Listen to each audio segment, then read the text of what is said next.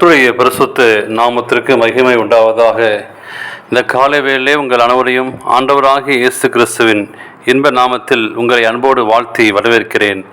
விண்துளிகள் வாயிலாக இந்த நாளில் சந்திப்பதிலே மிகுந்த மகிழ்ச்சி அடைகிறேன்.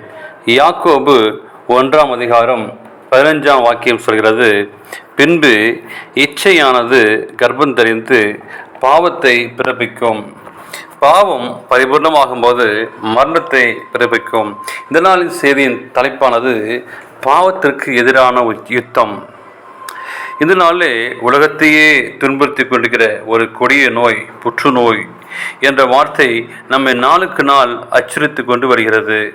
ஒவ்வொரு ஆண்டும் உலகம் முழுவதும் 80 லட்சத்திற்கும் அதிகமானோர் மறிக்கின்றனர். இந்த எண்ணிக்கை அதிகரித்து 2030 ஆண்டுக்குள் 1,20,00,000 எட்டும் என கணிக்கின்றனர். முன்னேறிய நாடுகளில் மாரடைப்பு மரணத்திற்கு அடுத்தபடியாக இருப்பது புற்றுநோய் மரணம்தான். எய்ட்ஸ், காச நோய், மலேரியா போன்ற நோய்களினால் இருப்பவர்களை காட்டிலும் புற்றுநோயால் இருப்பவர்களே அதிகம். இந்த நோய்க்கான காரணம் என்ன என்று குறிப்பிட்டு எதையும் சொல்லி முடியவில்லை.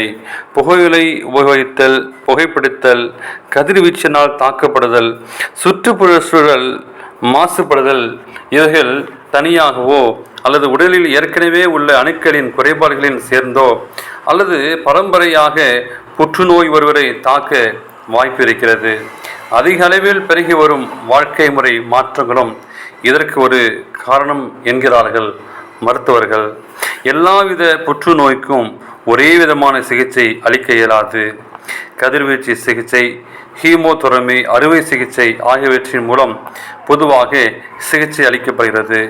இந்த நோய் ஒருவரை தாக்கின பின்பு அவர் பிழைப்பது என்பது எப்படிப்பட்ட புற்றுநோய், எந்த உடற்பில் உள்ளது, சிகிச்சை தொடங்கும் முன்னர் எந்த அளவிற்கு பாதித்துள்ளது என்பதை பொறுத்துதான் உள்ளது.